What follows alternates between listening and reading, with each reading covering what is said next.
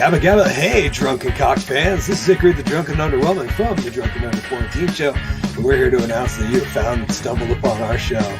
We're very happy to have you. If you found this on podcast platforms, you will be sorely disappointed in the magic entertainment. However, the video will be uploaded to YouTube and Facebook. Remember, this show is an adult show, contains adult content. Have fun, stay safe, stay drunk, stay underwhelming.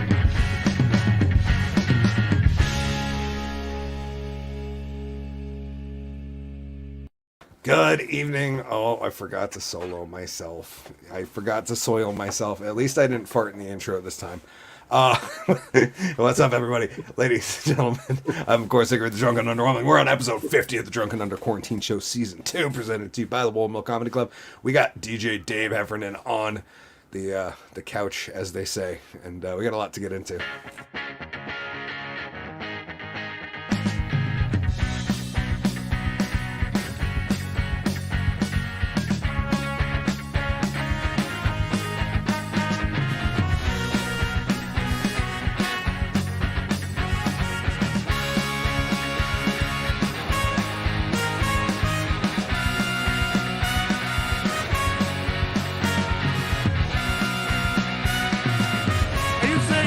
Show me your tits.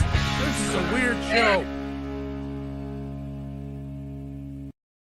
Good evening, ladies and gentlemen. Sean's already down in the comments saying, "What's up, bitches? What is up, Sean? Welcome to the program." It's Wednesday night. We are on episode 50, the Drunken Under Quarantine Show, season 2.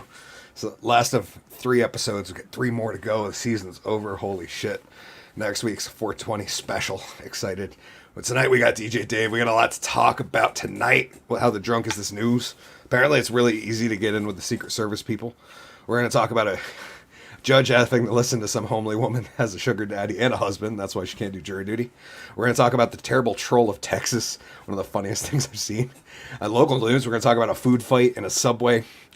And possibly one other. Yes, we might get into a little bit of local Vermont news in the after show because it could get spicy. Anyways, without further ado, welcoming to our spotlight stage, my man, my boy, a guy who's been doing a bunch of shows lately. He'll be on my show at the Woolen Comedy Club, April 23rd, along with Kevin, myself, and a to-be-determined performer as well. But without further ado, welcoming to our spotlight stage, my man, my boy, my comrade, Mr. G.W. Foley. Yes, y'all, and having a ball. And what is up, motherfuckers? It is Wednesday night. I got the alert on my phone. Bam, it's right there. 8:03. Time I always show it. 8:03. So I got good news. If people don't remember, last October my vehicle got broken into, and they stole my cigarettes, the change in my car, and a hat. Not only a hat, but my Halloween costume for many years, my Fred Durst costume. But thanks to Amazon, I can now be Fred Durst again. Because I did it all for the nookie. What? Yeah, so I got it back. My Christmas hat, my Halloween costume. Who knows? Maybe I'll wear it a little more because the brim's a little fucked up, though. I can fix that, I guess. But we're rocking the Dodgers tonight because, god damn it, it's baseball season. Man, I got a crush on my doctor. I'm not going to lie. Well, she isn't really my doctor. She's a student. And it's weird being like, you are, like, I want someone homely, like, to be my doctor. Not like a smoke show. And don't get me wrong. I love my wife. My wife is more beautiful than this chick will ever be. But on the same point, I don't want to get a physical from an attractive woman because the time that she goes, all right, drop your pants and let me feel your balls, I'm going to ejaculate all over the place. like just skeet. Oops, my bad. Was it good for you? as she starts crying through her mask, because that's where it's gonna go, right on her face mask, and it's a black mask also. So, God, I hope she never watches this. That would be awful. I had a string of bad luck the past couple days. Um, Woke up Monday morning, went to get my blood drawn at 6 o'clock. Turns out they didn't have it. Went back Tuesday morning at 5:30. Turns out they didn't have the order for it, so I couldn't get my blood drawn. So that's 2 days in a row. I had to wake up without coffee to go get my fucking blood drawn. And I called the doctor's office, and I was like, "Hey, there's a problem here. I have an appointment on Wednesday, and I can't get my blood drawn because they don't have the order." And they go, "Oh, we can do it here." And I was like, "Then why the fuck am I waking up at the ass crack of dawn to go get my blood drawn at a place if you can fucking do it yourselves?" I don't get that. But the downside of doing that is my appointment was at 9 o'clock in the morning. So that means when I woke up at 6, I had 3 hours to sit around and diddle myself without drinking coffee. Turns out I'm kind of a grumpy Gus when I don't get my coffee. I'm not gonna lie, it's a little fucking ridiculous. I do want to talk briefly about something that pissed me off the other day. It's the 21st century. We all can recognize that gay people exist in the world. Typically, they mind their own fucking business and go upon life just doing what they want to do, not bothering anybody. But I was out somewhere, and I heard someone doing a joke about someone being homosexual, not in a bad way. Like they were explaining, like they were talking about like bisexuality and pansexuality, and I heard this motherfucker go, "Why don't you just call them faggots?" And I almost punched the dude in his face. Not because I was offended, but that's the right thing to do. Like I am willing. Like I joke around a lot, and often I say very off-colored things, but I don't do it from a place of like maliciousness. Like I don't mean it when I say it, and it pisses me off when people will just actually mean it. Like that is like, dude. Like I knew the fact that there was gay people in the audience when I heard him say it, and that shit just pissed me the fuck off. I wanted to punch him. I think that's absolutely fucking ridiculous, and the guy's a fucking piece of shit. And if I ever see him, I'll fucking tell him, because he is fucking worthless and needs to shut the fuck up. If he's gonna crack jokes, actually make them decent jokes.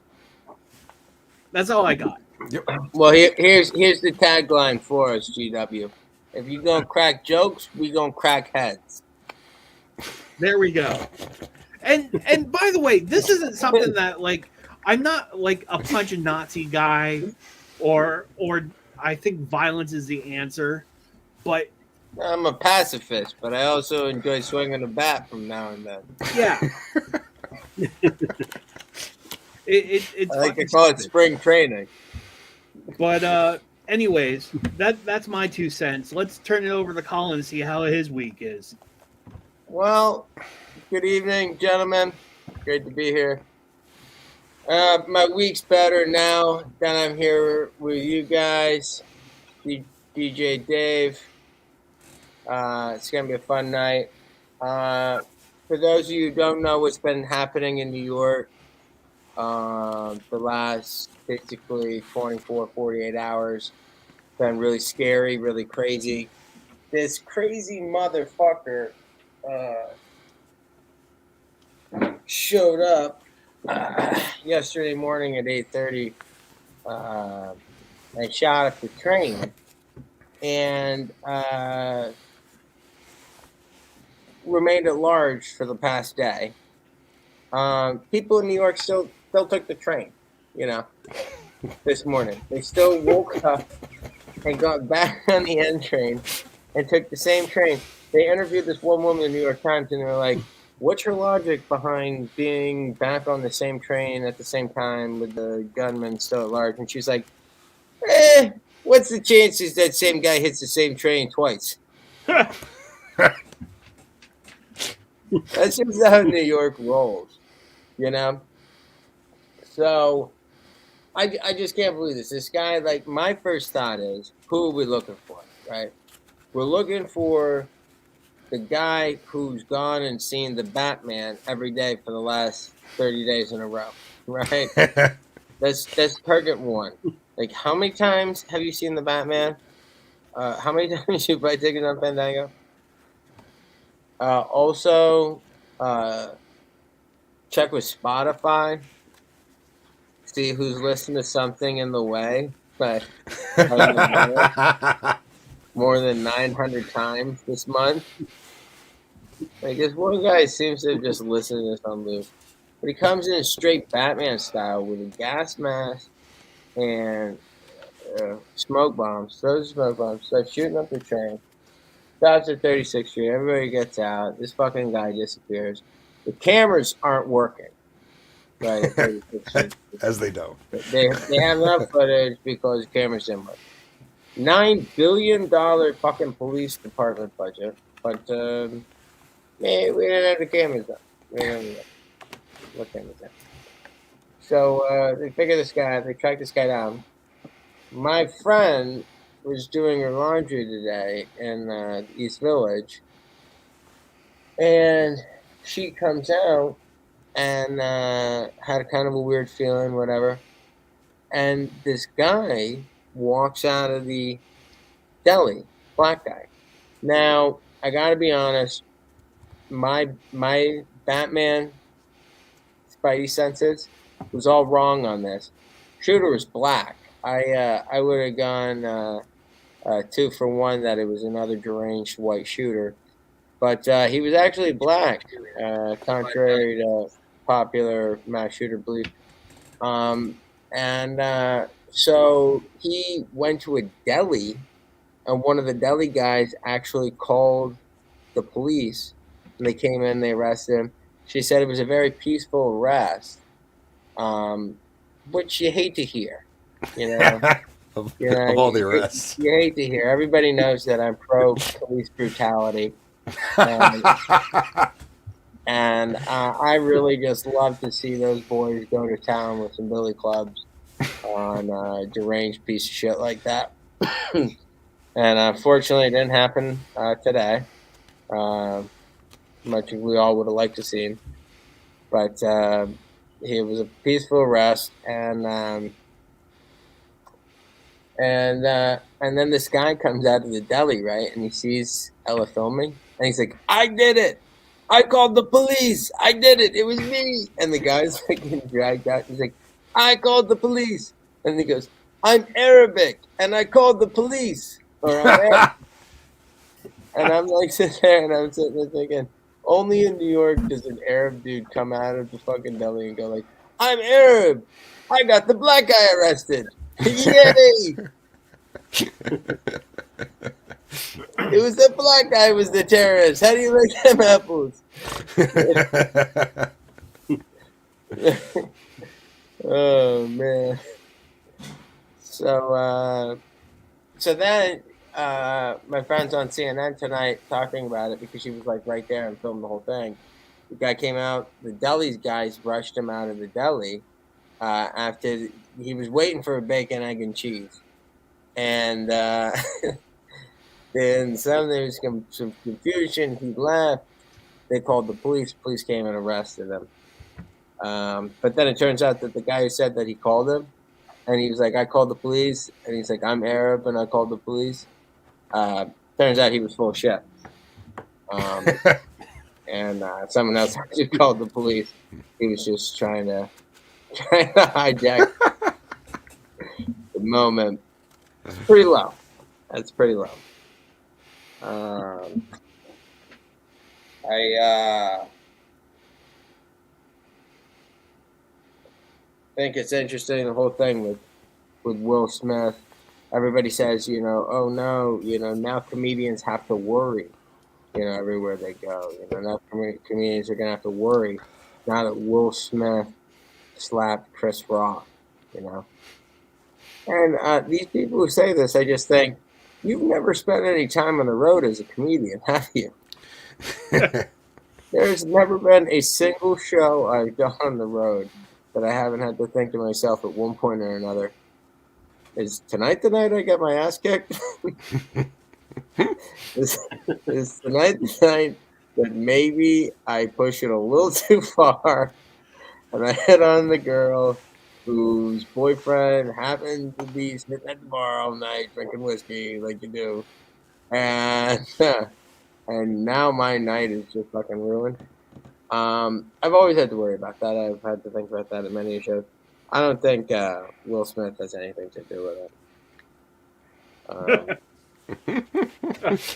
Funny, before this, my social media feed was just a plethora of Will Smith inspirations. Be inspired by Will Smith. You notice how everyone's trying to inspire us by the 3 or 4 billionaires that exist. Where it's like Jeff Bezos. Think about it, Jeff Bezos, Elon Musk, Warren Buffett, Bill Gates. You could be like one of them. Why couldn't you? You just entrepreneurship and hard work and whatnot. And you know what? And billionaire. And you be a billionaire and look at what Elon Musk, who's a billionaire. And then you see these videos in your feed. There's you know what all billionaires have in common? Do you know what the traits of a billionaire are? This is what they all have in common. This is what all their traits are. It's let me give you a little bit of a inside information about what all these billionaires had in common, about what they did before they were billionaires. They were millionaires. They were hundreds of millionaires. They had hundreds and hundreds and hundreds of millions of dollars. And then after they had all of those hundreds of millions of dollars, when they got to $1,000 million, then they became a billionaire. That's what they all had in common. You are working at a Kia dealership. The chances of you entrepreneuring your way from where you are to Jeff Bezos, okay, is going to be harder than the Apollo 13 slingshot around the moon. You know what I mean?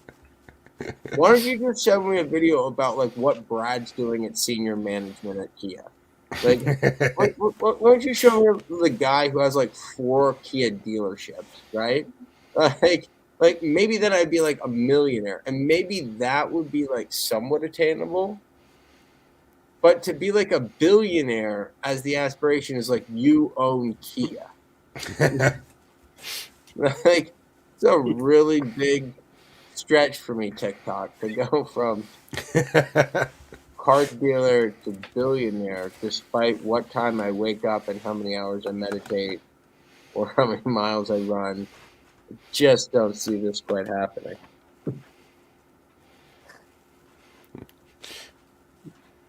I don't have a problem with people making money. I think people should make money. I think if you're exceptionally good at something, you should make a lot of money.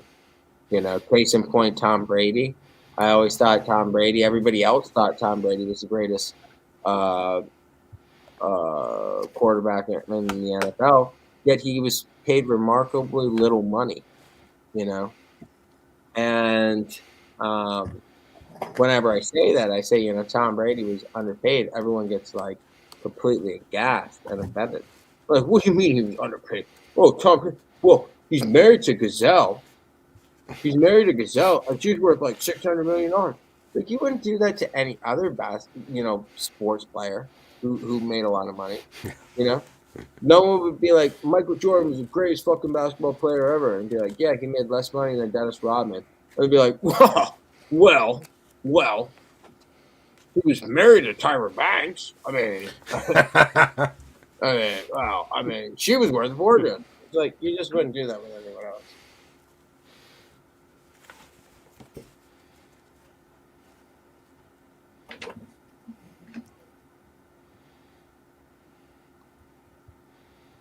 I feel like I had some other things I wanted to talk about, but I'm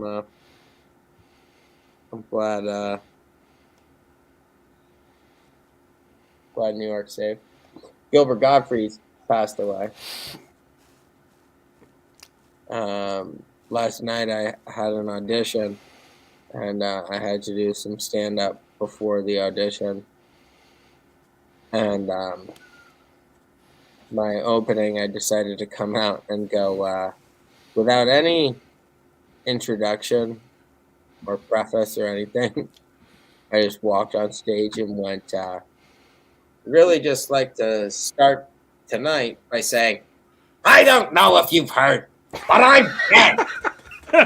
Oh my fucking Lord. I died.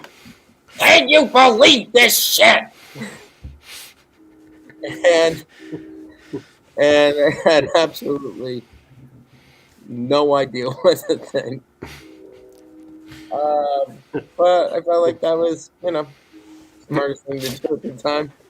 I felt like that was the most Gilbert Gottfried thing to do. I feel like if Gilbert Gottfried were to look down and I would say to him, Gilbert, I'm just going to make fun of the fact that you died the same day that you died. Is that okay? I think you'd say, absolutely. Okay. So we'll see if I get a call back. But great show tonight. I'm excited to be here. I'm going to kick it over to the reason we all get together every week. Ladies and gentlemen, without further ado, Hickory, the drunk and underwhelming. Good evening, boys. Thank you for being here. Colin, nice to see you. G-Dubs, thanks for being in the house. Hey, Dave, welcome to the show. We had some awesome comments in there. The beautiful assistant they did that to the husband too. I can't remember what with. That was blood drawing. Yeah, blood drawing. Dobby or Marcy says, "Go GW, punch a bastard." Yeah. I mean, we're not calling for violence, just to be clear for YouTube and Facebook. That wasn't a call to violence, but yeah, you should be more of that. Sean said, Chris Rock gives so much publicity off of a slap, the next comedian will have to get stabbed to get that much attention in the future. Yes, probably.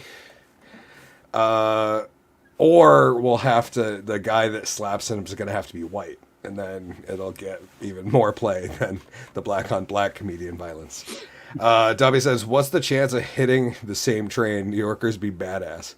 Yeah, New York is like the that's where Epstein was too, right? Like that place has the worst cameras on the goddamn planet. Like never trust a camera in New York because they happen to malfunction at the key times when you'd want the fucking camera. Like just before a deranged lunatic with a gas mask and smoke bombs rolls in and shoots. Thank God he had the aim of a stormtrooper, is all I'm saying. Because fortunately only one person lost their life. Which is good that he wasn't like, a Vermonter. Because it would have been... Well, you probably couldn't see with all the goddamn smoke you let off. That's true. That's that stormtrooper mentality. Yeah, I mean, the guy's a terrible shot. I did want to say earlier in the monologue that it's not funny, but it is kind of comical to think that yesterday morning, like, just some New York, like, detective, like, lit a cigarette indoor and was like, all right, listen, boys. As of 8:30 this morning, we got one crazy fucker on our hands.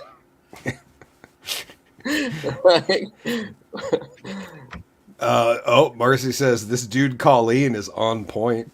Yeah, auto text will do that to you. We don't even correct it anymore in our group chat.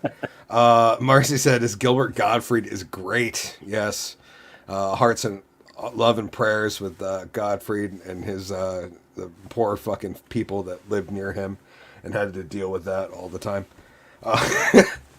But yeah, no, he's it's sad, man. It's been a sad year for comics, and fucking Louis Anderson, Betty White, Bob Saget. It's been a tough 2022 on My the comic libido. front. Yeah. Did you guys see that picture of Gilbert Godfrey, Louis, and Bob No. Saget? Yeah. I heard about that though. 3 months ago, he posted it. Yeah, I posted it tonight. Sean said, "I'm so distraught over his death. I am molting." Yes, it's sad. Anyways, I'm gonna do a little card trick because that's something that magicians do. We're gonna tell a little story. So this is a magician, a drawing of a magician that I drew on the back of lots of cards, and we're gonna try something. I'm gonna go through. I'll show you guys. It's a normal deck, and it's in order. Because if you're gonna draw on a bunch of cards, you might as well leave them in order, right? It's even more magical that I didn't fuck them up while I was playing around with it. Basically, I'm gonna go through and I'm gonna ask Dave to just pick a card, any card that he'd like, and then I'm gonna present him with a little show. So, whichever you want to name you want to start by naming a suit or whatever you want, brother. You want me to tell you the card? Yeah. What that's. I'm gonna go with Whichever I'm gonna go with the 6 of spades. Okay, I gotta reverse math there. I thought I just saw. Yeah, it's weird because the camera's like, well, you know how that works. That everything's a little bit backwards as far as camera time goes. But 6 of spades, we place that back in the pack there. We can see if our little buddy Marty the magician has figured this out.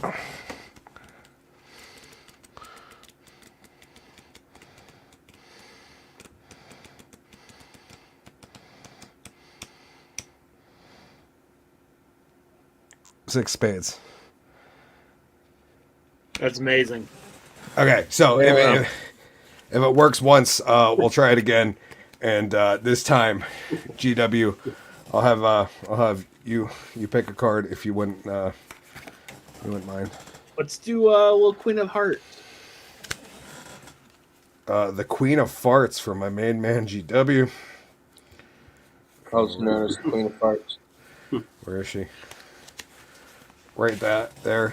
That beautiful There's bitch. my baby. Yep. And we'll show. Oh, I pulled up the. Show what happens when the Queen of Farts breaks out.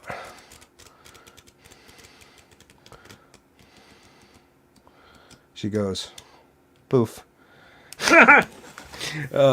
Thank you, gentlemen. That was fun.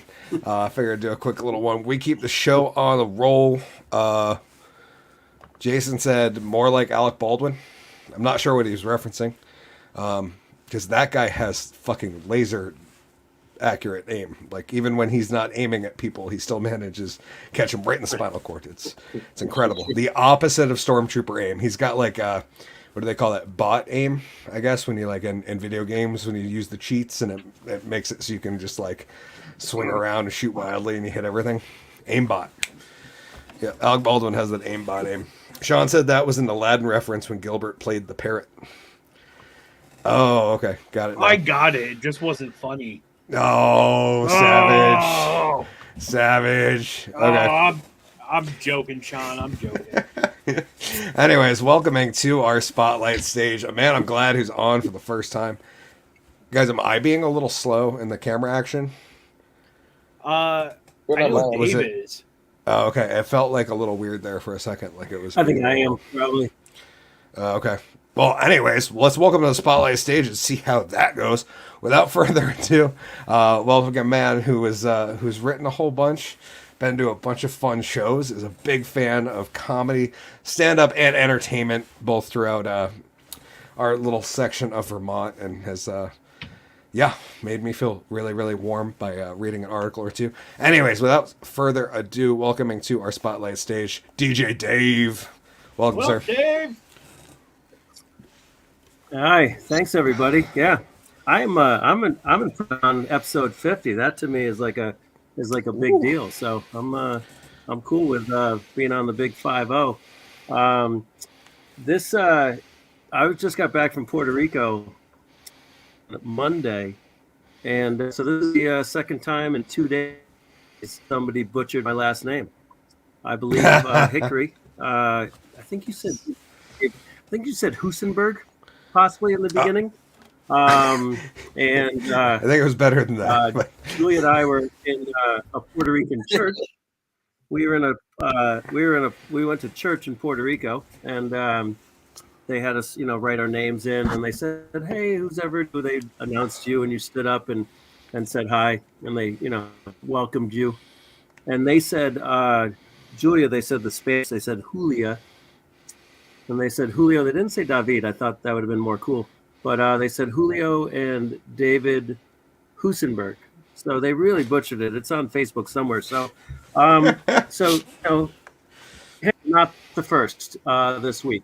Okay, so it is Hoffenberg, in case anyone out there wants to know. But yeah, Colin, it's funny that you were talking about as a comedian, that you don't know at any time that is this the time that you're going to get, punched in the face. I don't think you have to be a comedian. I've been a sarcastic prick my whole life, and I love sarcasm. And everyone says to me a lot, like, "How have you never got punched?" Knock on wood.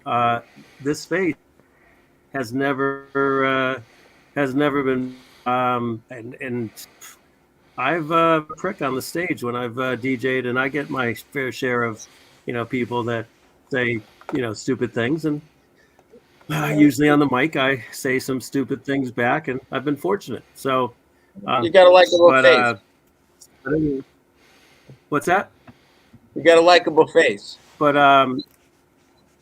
well, thank you. I like it myself, so that's what saved me. But if I do come back on again, I'm going to choose a different room, because I'm in my office laundry room, and it's not the. I showed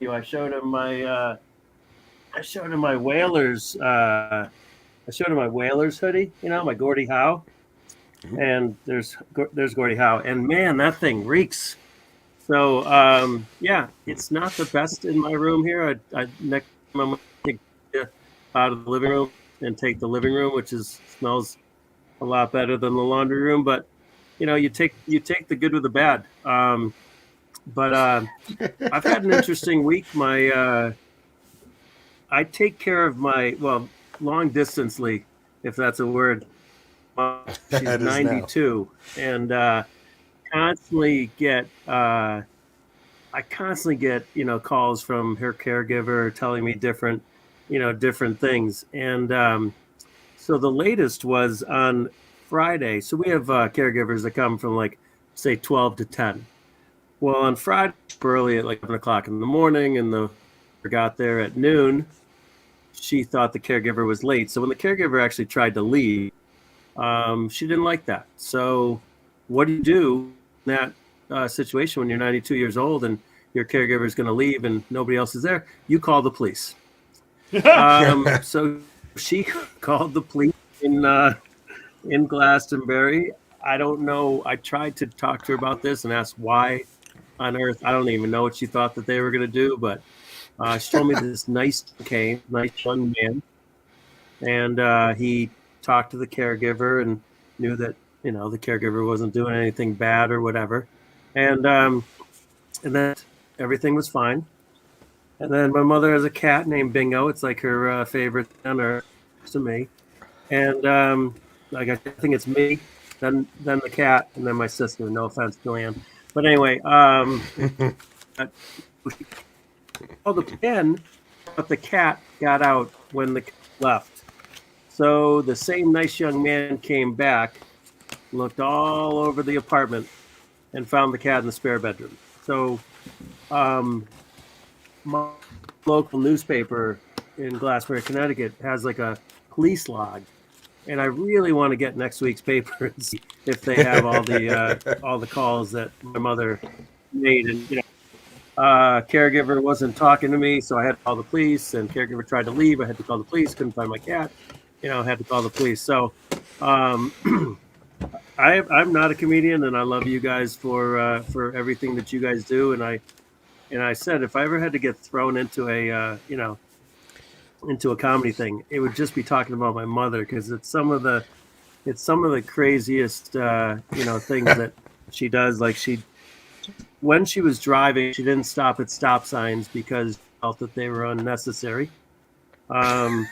She didn't think speed limits were, if nobody was in front of her, this is honest to God truth, she told me this, if nobody was in front of her, she didn't feel that the speed limit was needed because there was nobody in front of her. And I'll leave you with this last little story. She came up one time to visit me.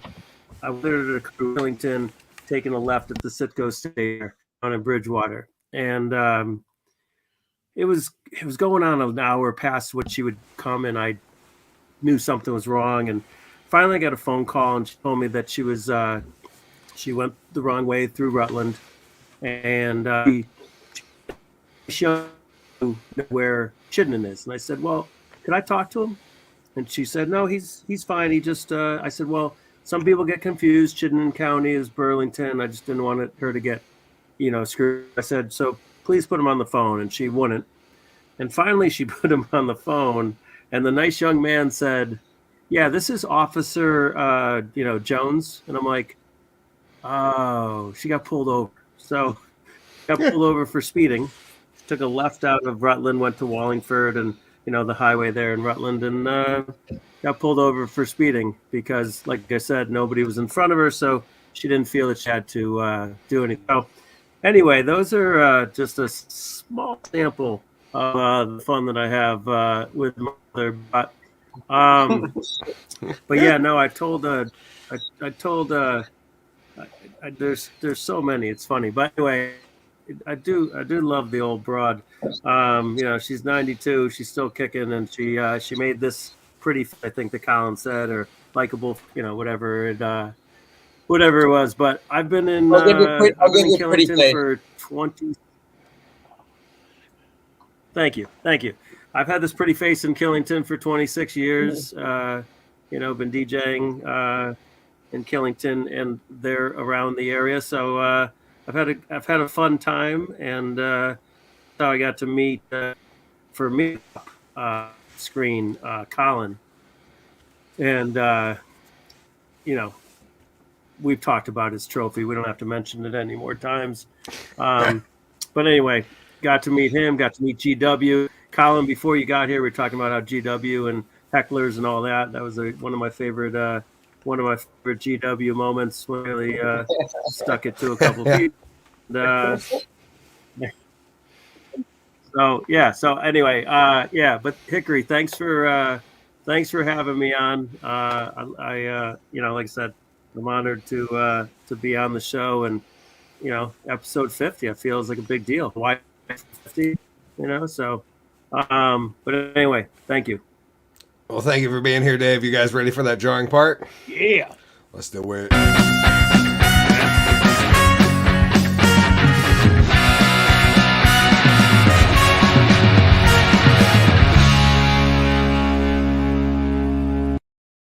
Yeah, it gets a little loud, and that happens, and there, boom, 2 clicks were good. Welcome, ladies and gentlemen. We are in the talk show portion. Dave, thanks for being on the show. It's good to see you, brother. And this will be fun. We got some fun shit to talk about. First, how the drunk is this news? It's really that easy to get in close with the Secret Service. Yes, apparently it's not hard to make friends with high-ranking government officials that have access to, the first family. We have the story from the Daily Mail. How a pair of fraudsters. First, we have somebody's gnarly hands up here. How a pair of fraudsters posed as federal agents and infiltrated Jill Biden's Secret Service detail with agency-issued Glocks, DHS-branded laptops, and fake websites and ID badges. We say This guy, 40, and this other guy, 36, were arrested on Wednesday and charged with impersonating Secret Service agents for a year and a half. The pair, both U.S. citizens, lived in a luxury Washington, D.C. apartment building home to many federal agents and cultivated friends. On Thursday, they were arraigned on charges of false impersonation of a federal officer and detention. And a detention hearing will be held for the pair on Friday. Both Pakistani and Iranian visas were found during the search on Wednesday, according to prosecutors. Managers of the apartment building gave them access to residency records and did not charge them their rent for living, as saying it was a government.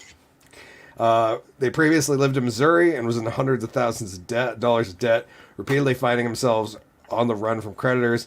Ali also had business issues, claiming to run a limo company and taking people to court over missing funds, according to the Washington Post. They later go on in this article, or maybe it was the other article.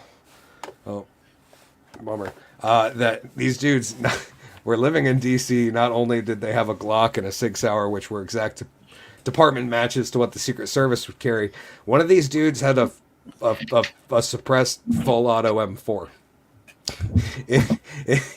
in the city limits of Washington, D.C., which is all sorts of felony issues all over it on multiple levels, which is why you don't live in cities if you want to own nice weapons, kids.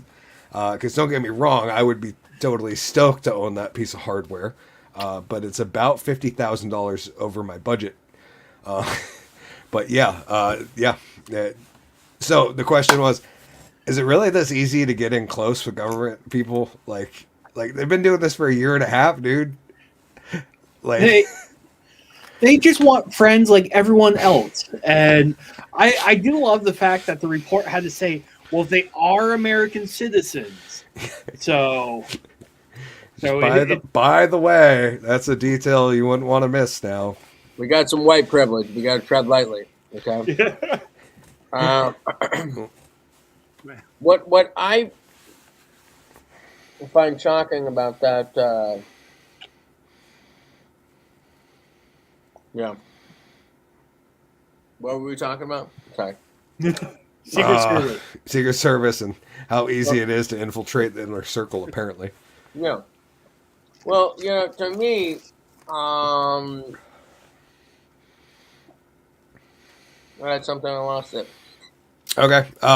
Nick earlier said he's very choppy.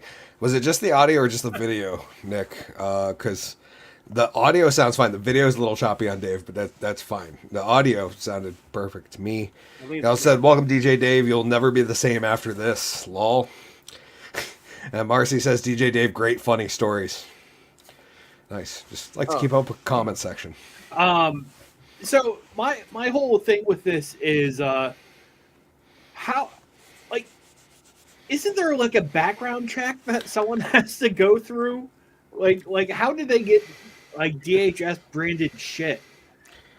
Yeah, one would think that you might.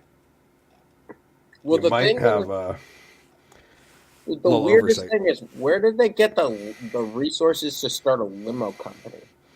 That's what confused me about the whole story. Well, It's like, I'll give you got a fancy gun. I'll give you got a fancy badge. How the fuck did you forge a limo company? Where are you getting limos from? Where you get fake limos rolling up? Well, when you don't have to pay rent for a year and a half because it's on the government dole, This is true. you get so much money left. So what did you do? You drive up with a black Toyota Camry and you're like, "Oh, I'm sorry, all the stretches are out tonight. Get in the fucking Camry." How are you getting a fake limo? So this was the part I didn't want to miss in the article, so people know I wasn't misspeaking earlier. It said among the firearms kept in the unit occupied by. Yeah, I'm not even going to try. Sources claim were a Glock 19 9mm with high-capacity magazines, which in DC is anything over 1 round, just to be clear. Fully automatic suppressed M4-style rifle. So an M4, because it's fully automatic. An AR pistol, and a 6-hour handgun. He also showed some residents training weapons, including airsoft guns used to test so-called recruits on their reaction and pain tolerance. Yeah, because that's totally why the government would use airsoft weapons. That's pain tolerance. Yeah, no. Dude, they have batons and they're far more effective. Just Just saying. Sean said, it seems to me that they were assigned to the detail. I would say the organization started with the C as an I, and it may even end with an A. Dude, that would be wild, right? If it was like a government agency trying to infiltrate another one. Like a little civil skirmish in between the alphabet agencies. I mean, where's the appreciation for these young gun enthusiasts who so willingly wanted to work as Secret Service agents For free. for free? I mean, where's their thanks as doing their civic duty? Yeah, they're just donating their time, bro. It's they're fucking patriots right here. And to Sean's point, I like the initiative. I do. Yep. I True think it's self-starters. stupid, but I do like their initiative. Just going and getting it, you know? There's most people don't have the balls. These guys were grabbing life by them. they're doing everything they can do for their country, and it should be noted that they love this country more than us. Apparently, because I'm not putting myself in that kind of circle. Yeah.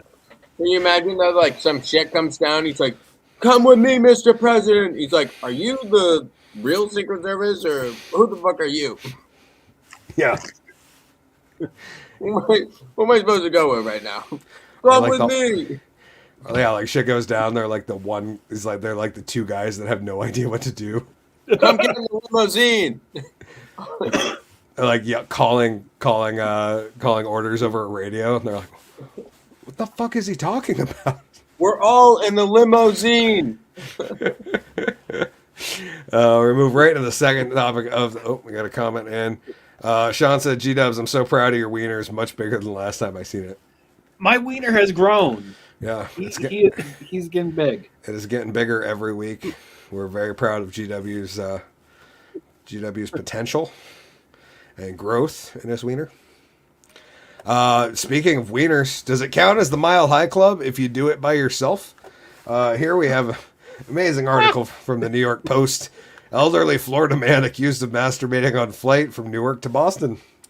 Patrick Riley writes, an elderly Florida man was arrested after allegedly exposing himself and masturbating on a flight from Newark to Boston on Friday, authorities said. Donald Edward Robinson, never trust a guy with three names, just saying, was busted at Boston Logan International Airport after he allegedly flashed his genitals to a 21-year-old female passenger seat next to him and grabbed her thigh without her consent, Massachusetts federal prosecutors announced Sunday. So he was a real go up and get him type of guy, too. Yeah, I guess that's the theme with the stories tonight.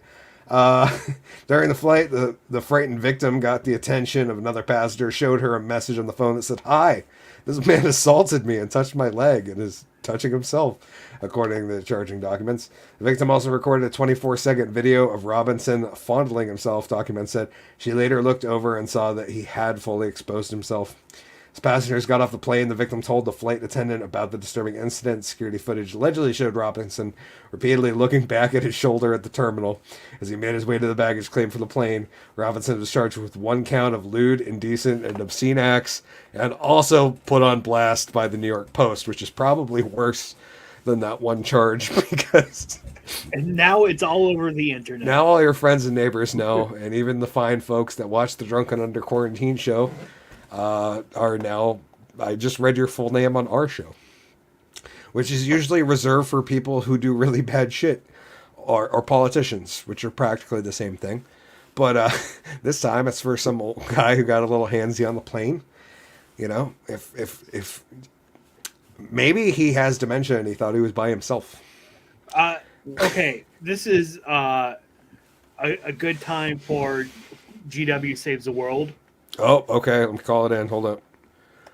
Boom. Yep. Boom. Mr. Robinson, if I can call you Mr. There's a reason why they give blankets on airplanes. Use a fucking blanket. Sorry, earmuffs. Everyone has jerked off on an airplane before, Most of us go to the bathroom like a gentleman. But if you're in your seat, use a blanket, use a pillow, use your jacket. That's why they call it a jacket. And it's not masturbation when you have to touch somebody else. That's unconsensual sex. You're lucky you didn't get charged with a rape, which would go great on your fucking record there. And how does one get just one lewd act? Like it should be at least two. You know, pulling your dick out is one lewd act, and then jerking it like a caged monkey is another. That's two in my book. Anyways, that's how I save the world. Use a blanket.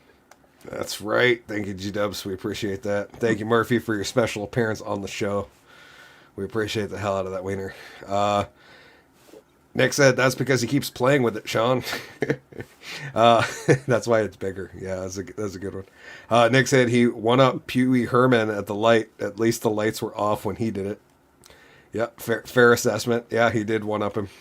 And now he's almost just as infamous. Sad day for Mr. Robinson, I tell you. Sean said it's the kilometer club, not quite a mile, but I digress.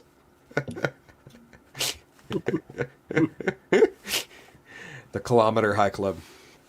That's how they do it over. Oh, that would have been in Canada. He did it in first class. It might have been the class. First class. No, I mean, thank you, GW. You know, you couldn't be more on point. You know, please use one of the appointed airline blankets. If you're so inclined, get a first seat, thing. Get the window seat. Maybe reserve the seat next to you. You got the blanket. You got a whiskey ginger. Go ahead and stroke it before you nod off for the next 4 hours. But, you know, you don't fucking do it in broad daylight like a madman with everyone filming you. You know, jerk off with a little bit of class over here, for God's sakes. Yeah. Amen. Yeah. That's all you need when you're jerking off is some class. Yes. Put a monocle in, everything would have been fine. Hip hip cheerio. Moving right in the last one now. We're talking about spanking. Let's talk about the material. This one, bombshell judge listens to homely potential juror talk about how she can't be on jury duty because she has a husband and a sugar daddy. This was an interesting article. This was a New York Post one that G-Dub sent the group early on in the week. Say potential Nicholas Cruz juror says she can't be on jury duty because of her, quote, sugar daddy, unquote. They say a prospective juror for the sentencing Florida school shooter Nicholas Cruz told the judge she wouldn't have time for civic duty because she's both married and has a sugar daddy. Don't really care about the case. That's not the important part, although my heart does go out to all the victims of that. Death penalty trial was delayed after prosecutors said they needed more time to interview the mental health experts, blah, blah, blah. 3-step jury selection process. Yep. During the proceeding, Circuit Judge Elizabeth Schreier asked whether she had missed anyone with concerns or questions. Courtroom video shows. Did you have a question? She asked one of the prospective jurors who identified as Miss Bristol. This is the juror in question. This is a whole entire month, the woman replies. First of all, let me clarify myself. July 2nd is my birthday. July 4th is my son. The 18th is my other son. Schreier tells her to slow down. Don't talk too fast. We have to be able to understand. She said to July, there's dates in July that you're not available. What are those dates? The judge asked. She said those dates again. This is the judge. Look at this stone cold fox. Now look at the juror who's complaining about not being able to spend time with her sugar daddy. No, that's the dude who is on Oh, that's the... Oh, okay. I might have messed this entire story up. But I really like how gender non-specific I do gotta grab a you drink. are on this one, Hickory. We don't know if that's a man, woman. We don't know who the fuck it is. We have established that the judge is uber hot, and we established that. And I'm gonna establish I may or may not have a new hall pass to AOC. I don't know what the chances of her making it to Supreme Court are, but she's super hot. I I would commit a misdemeanor just so I could see her face to face. Right? That's what I'm saying. You shouldn't have a judge that hot. I feel like I would literally just like do something wrong. Yeah. Oh yeah. No. It would be like, excuse me, Your Honor, shaboing. She's like, Colin, this is the third time you've been in here this month, and I'm like, yes, and maybe is there a time outside of normal business hours we could talk about this? Maybe get a waffle. Can we have a sidebar in your office? Just the two You of know what us. I'm saying? Somewhere without the DA. You know what I'm saying? Yeah, just you and me talk a little bit. You and I get to know each other a little bit better. You know. I'll buy some sushi. We can get some sushi. Sorry. Yeah. Fine, Judge. Yeah. And just, my goodness. Yeah. That face right there with the pen and the like looking in the headset. Yep. Like, she should be a gamer judge. I mean, she's not just gonna fuck you; she's gonna fuck up your entire life. That's right. And that's just my God. I'd go through her penal system. I mean, yeah, I'm gonna go through her penal system. guys, it's a penal code. That's bros before hoes, except for that hoe. Jason said, my question, this was about the guy on the plane. She said, my question is, why did she record it, sick freak? Yeah. Okay, Jason, the reason why she recorded it is because how often do you see a guy jacking off on an airplane? Yeah. Just like I was actually... What was the last 3 flights that we were on next to each other? And we recorded each other. Exactly. And you know what? I mean, this is the thing. Why did she do it? It's called evidence. Okay, that's why she did it. She was trying to have undeniable mounting evidence, which she collected when she got both the video footage and the jizz rag that he used after. It's undeniable. Yeah, there's actually a story I was going to bring up until the shooting in the New York subway the other day, where I definitely saw a video of on Twitter of 2 people just literally fucking on the subway train. Oh yeah, like full out, like no coverage. There was no jacket or blanket. It was just 2 people with pants around the ankles. Yeah, that's old school. And that's one leaning way back, and and one kind of bending forward a little bit, and no shame. DJ Dave knows about that shit. That's the old school fucking, isn't it, Dave? I wish I had a bigger dick. That's because here's my thing. Like, if I had a bigger dick, I'd be more apt to do things like that. But like, my dick is embarrassingly. Don't let your little dick hold you back, GW. You got to get out on those trains and fuck, man. Sean says, GW, I believe that you should totally write a how to and where it is appropriate to masturbate book. The title would be called Not in Church, unless. That's a funeral? Is that? I don't know.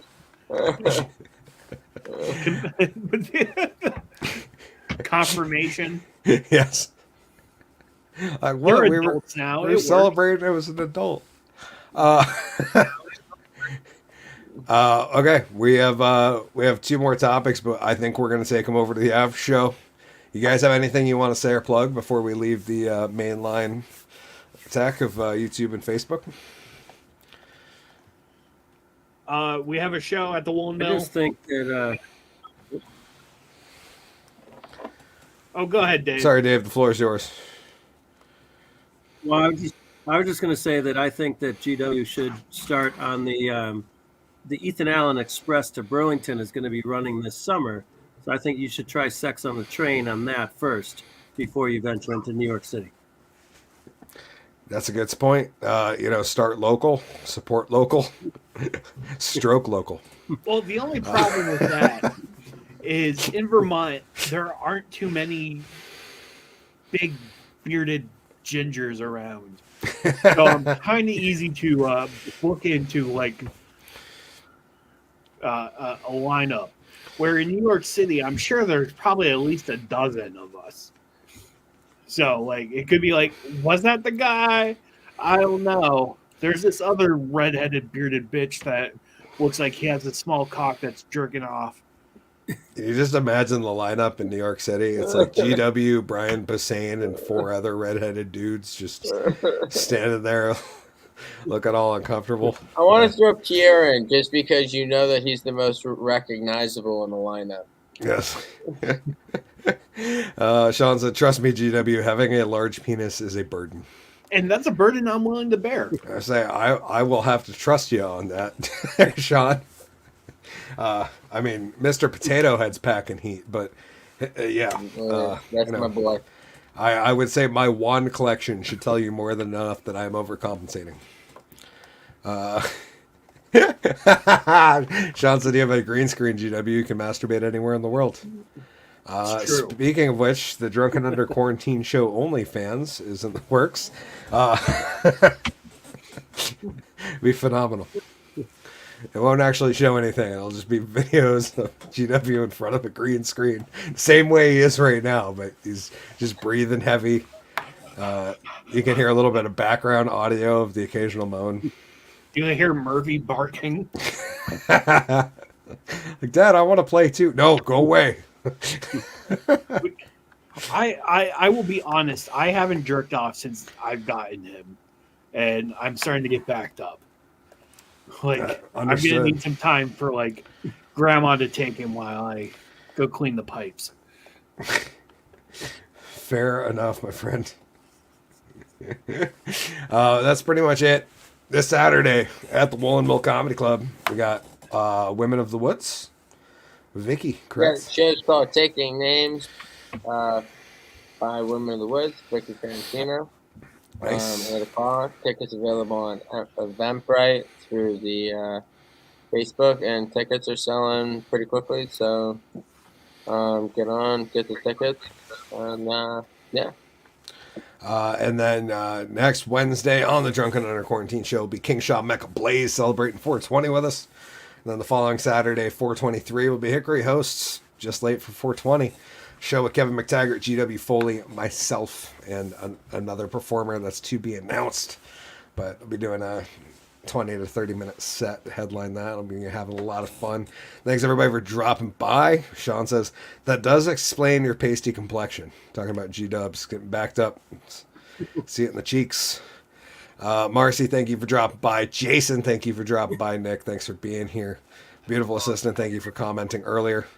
That's all I got. Please go follow GW Foley at GW Foley and Foley Kills.